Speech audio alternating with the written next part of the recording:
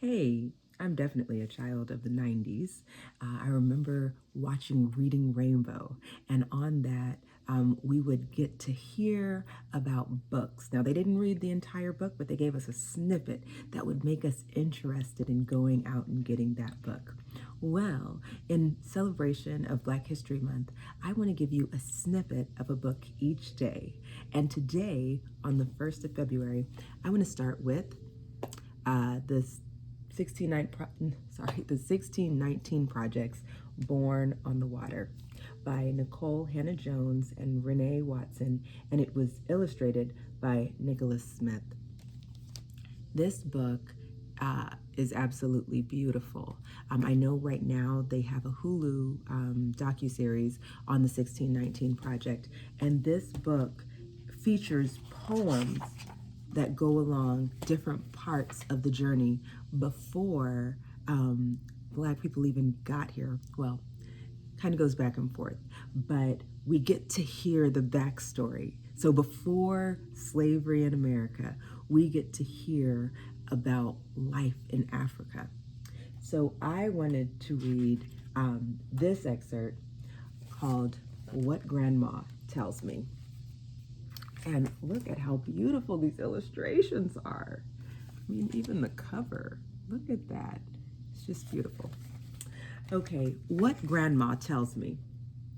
They say our people were born on the water, but our people had a home, a place, a land before they were sold. 400 years ago, in 1619, our ancestors were taken and brought here on a ship called the White Lion, a whole year before the Mayflower arrived. But before that dreadful voyage, there was a time when they did not pray for freedom. There was a time when they did not sing about overcoming. Their story does not begin with whips and chains. They had a home, a place, a land, a beginning. Their story is our story. Before they were enslaved, they were free. The next section is entitled, They Had a Language. And, it's just beautiful. Again, look at the artwork. It is phenomenal. And I will read this section. Their hands had a knowing. That's the title. Their hands had a knowing. Their hands had a knowing. They knew how to hold a baby close, how to rock the child to keep her from crying. Their hands knew how to mix herbs, how to get the just right flavor for a meal.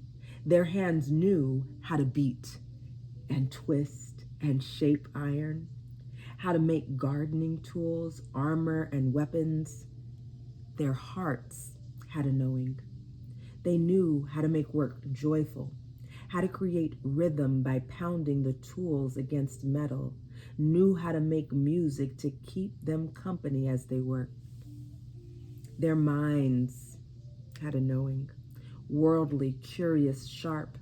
When they met the white people, they learned quick, taught their tongues to speak Portuguese, taught their eyes to read strange words. They knew how to mix the old with the new, how even an ancient people always had more to learn. You guys, I highly recommend this book. It takes you on a beautiful journey. It allows you, again, to get that backstory. Our story does not begin with slavery. We were kings and queens in Africa. We had cultures already. So I highly recommend this book. It is a wonderful story to read with your children and even to read yourself. The poetry is absolutely beautiful. Take care.